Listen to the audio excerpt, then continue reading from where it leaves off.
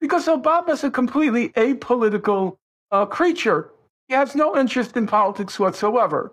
That's if you compare him, it was very striking to me. I sat down. I was curious. I have in front of me Obama's memoir. Around it's half the memoir. This is it's 700 pages. And I sat down. I was curious. I read through Bill Clinton's memoir. I read through Jimmy Carter's memoir. And you could see in both of their memoirs, say what you want about them, they were deeply engaged in politics.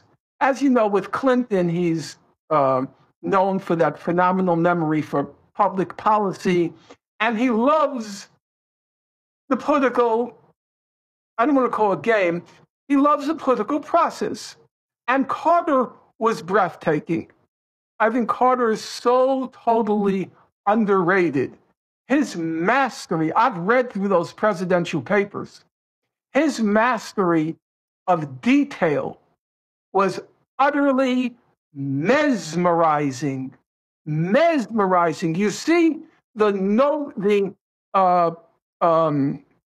briefs that he's given and his marginal comments, pretty impressive.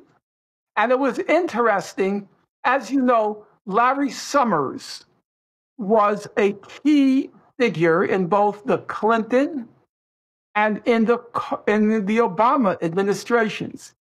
And at one point, he's asked to compare the two, Clinton and Obama.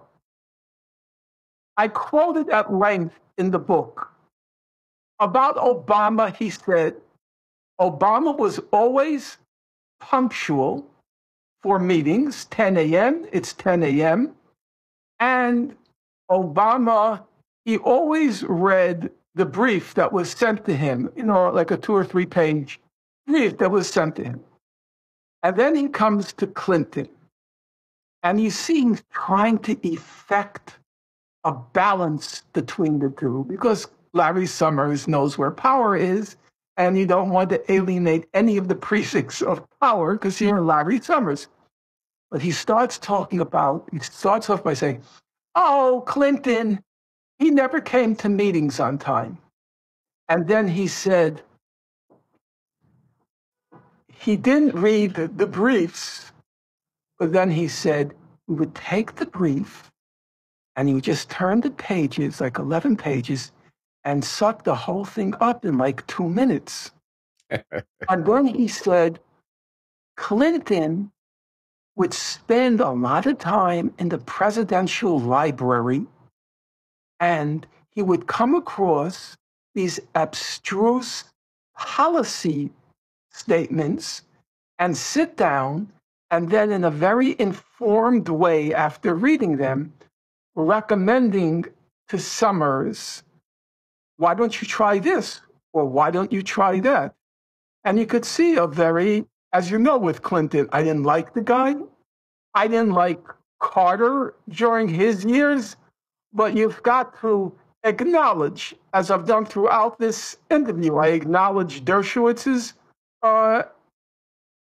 substantial intellectual achievement as a young man. I acknowledge Angela's, even though I don't like what she has become. And I will acknowledge Clinton and Carter. But you find nothing of that sort in Obama.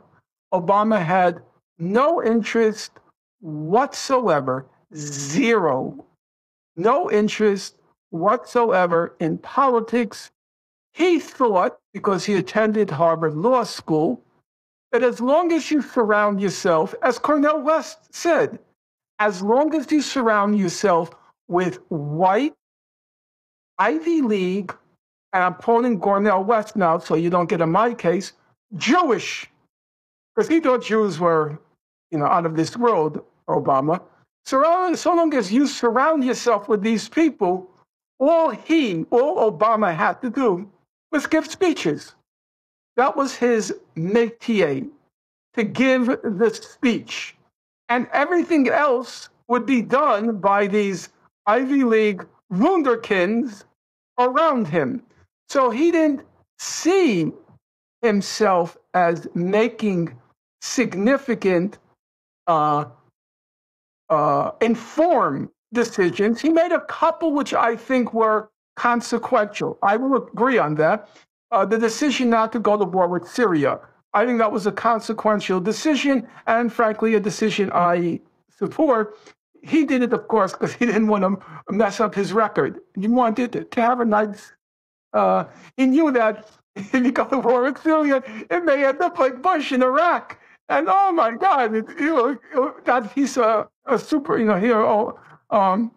Obama is a stupefying narcissist, and he's always looking back at how history will look at him. And so he didn't do that. But I'm glad, and it was a consequential decision. But in general, if you read the memoirs, there's one very funny scene in David Axelrod's memoir. He says, Obama has to make this very consequential economic decision. And he assembles his advisors, namely Larry Summers, Timothy Geithner, and the woman always, her name always eludes me, the third main advisor, a woman. He assembles them. They're quarreling about how to solve this policy issue. And Obama says, look, I have to get a haircut. And by the time, no, Axelrod describes it. When I get back from my haircut, you guys have this figured out. And Axelrod describes how they reached a consensus. Well, what do you expect? Glenn, you are a trained economist, okay? And you have rich experience. Do you think Obama had the qualifications to make economic decisions of that magnitude and complexity? A large part of economics is mathematical, and not to have any knowledge of math. He describes a scene where, just at the point of transition from the Bush administration to the Obama administration, they have to make a decision on what to do with the banks. And Paulson, I think it was Paulson who was, you can correct me, but it was Paulson who was Bush's advisor, gives his opinion. And there's a meeting with the potential presidential successors. So it's Obama and McCain. Obama sits down with three leading lights of our economy. Again, the names slip my mind. My memory is going for names, so I have a decent memory still, but for names. So he sits down with three advisors for about 20 minutes, 30 minutes. And he then says, I now master the details of this question. And when I went into the meeting, it was so embarrassing how little McCain knew as compared to me. Now, do you believe, Glenn, that in 30 minutes, you can master the essentials of the question of the banks? No, what you can master is the script that you are provided by the people who actually know what's going on. Exactly, that's all he did. You can learn your lines. And that's why he said he saw his role as being the speechmaker or learning the lines, and he loved it. He loved, the limelight, the applause, and that was, now you could say, fair enough, because I don't want to be accused. You could say, yeah, well, what about Bush? I said, fine, I agree. Bush didn't do anything. He didn't. He left everything to Cheney and Rumsfeld. And Cheney and Rumsfeld, they were involved in politics. I think you'd be surprised. They started during Nixon. I saw the movie, man. I saw the movie. I didn't see the movie, but I've studied them. I've read their memoirs. So every bone in their body. I mean, this Cheney's having one heart attack after another heart attack after another heart. You can't stop him. He's going to intervene in every debate, and he's going to give his point of view. While he can. While he can, and probably after he can, from his grave. So I agree. Bush didn't do anything. It was all Rumsfeld and Cheney. And Rumsfeld and Cheney, they cared about the power. They didn't care about the fame. No, I think the critique would not be look at Bush. I think the critique would be no president knows mathematics well enough. Maybe Jimmy Carter's an exception to follow the technical analysis behind economic prescription. They rely on experts. And the question is, do they have the wisdom to balance all of the incommensurable competing values and whatnot in making a statesman-like administrative decision? Excellently put. You're right. Excellently put. The problem I have is nobody praised Bush as being brilliant. Nobody claimed Bush knew relativity and particle physics. And number two, yeah, well, you're laughing. No, I am, because that's what Mr. Woke David Remnick wrote in his book, The Bridge. But the other point is, Glenn, and I'm glad, as I said in our email, I wanted a fruitful exchange. And that's why I'm glad you asked that question. You take the case of Clinton, okay? Clinton started out in politics, do you know when? He was in the Senate Foreign Relations Committee staff. Fulbright. Under Fulbright. These are people with rich histories, deep immersion in politics, so that they had the experience, not necessarily the wisdom, but the experience to do exactly what you say.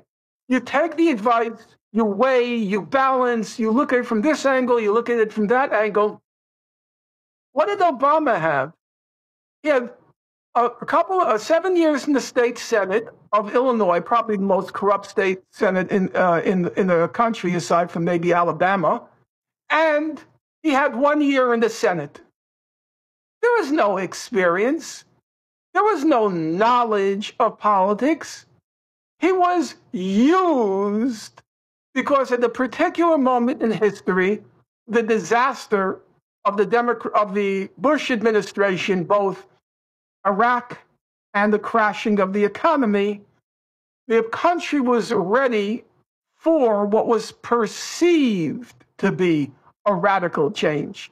And what seemed to be, given our country's history, what could be, at least on the surface, a more radical break with that misbegotten past of Bush and Cheney than to elect a black man. Okay. So people like Axelrod and Plouffe, David Plouffe, they exploited the hopes, the expectations that not only would we get a black man, but everything that was implied by getting a black man, a radical change in our society, a radical material, concrete break, rupture with the past. And that was all a scam. If you read Axelrod, he's very clear. He says, our first items on the agenda were to cut Medicare, cut Social Security. That was what they came in with. Yeah. You know. So, let me interrupt, Norm, because we're drifting